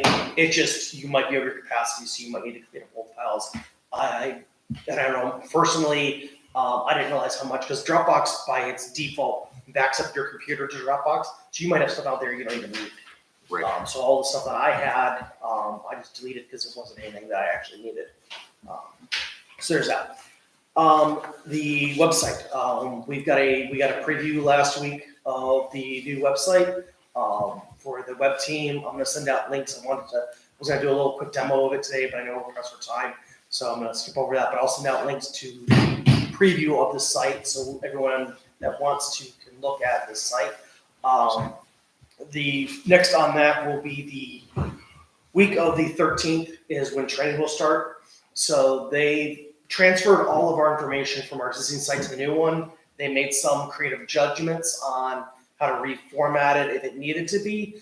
But what they're asking us to do is gather changes, and they're going to use that as part of the training. So any issues we find with the new site, we're putting into an Excel document, and they're going to use those as the training items. So any things we find, they're actually going to use, that's how they train, is they're going to do those fixes during that training.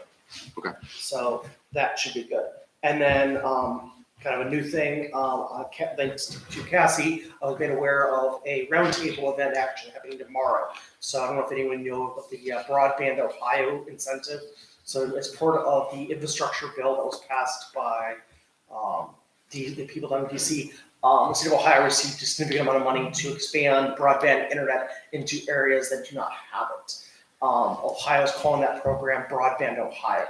So they're working with Spectrum, AT&T, Verizon, whoever, and identifying areas that do not have broadband and using these federal funds to pay these companies to add broadband to those areas. Being that Brimfield or sections of Brimfield definitely apply for that, I would like to send this roundtable. It's actually going to be in Chagrin Falls, so it's a representative from the Ohio House is going to be at this roundtable to talk about, what is Columbus doing, and then, having people from the different townships and areas be able to speak. I, definitely want to represent Brimfield, because I know there are sections of our township that don't have access to broadband or have very limited access to decent internet. So I want to see what's actually going to be done, and then I would like to put out like a survey to our residents saying, hey, are you, I want to identify where these areas are. I have a loose idea, because living in Brimfield most of my life, I kind of have an idea of where they are, but I would like to start asking, our citizens and say, hey, if you live in an area, let me know, so I can start gathering that information.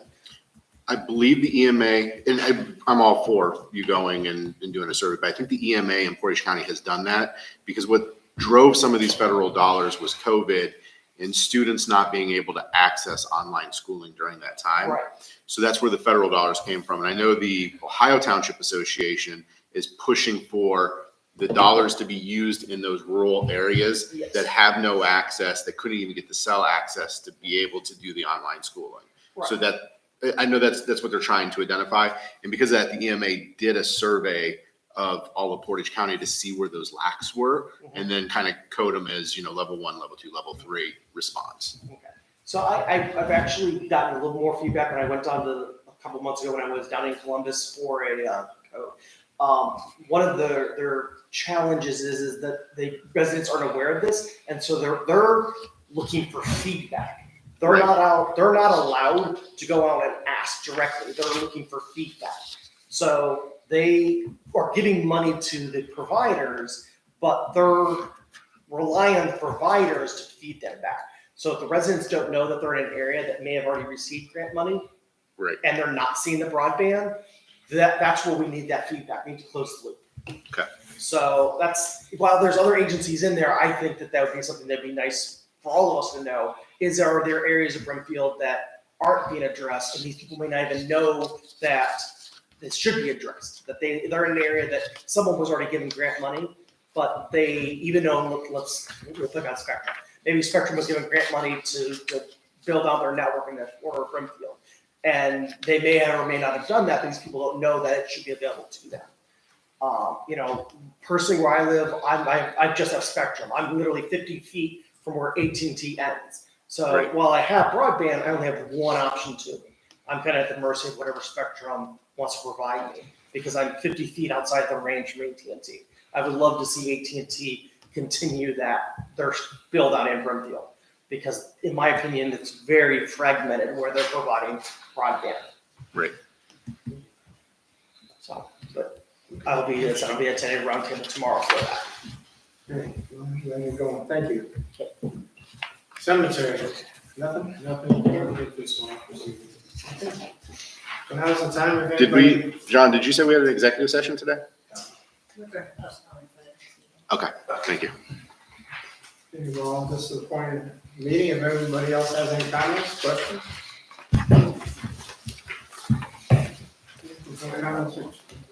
Hey, Chuck. Craig. Here's a fire ad on the farm. Where's that? Yeah. It was closer to Congress Lake, headed south off Old Forge, but it was on the north side of the road. Can you tell me who it was? I'll tell you privately. I'll tell you privately. Okay.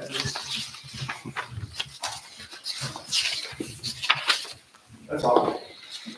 It's past your, it's past your nephew's house. Yeah. It's way in the back. I was just curious, I knew a lot of people. And he did welding. You know anybody that did welding? Do what? Welding. That's what was there, right, Greg? Oh, no, okay. Someone was grinding something. Yeah. Yeah. Sorry. I'm gonna make a motion to go ahead and street. I'll second that. All those in favor, Mike? Yes. Sue? Yes. Nate? Yes. We're adjourned at 9:29.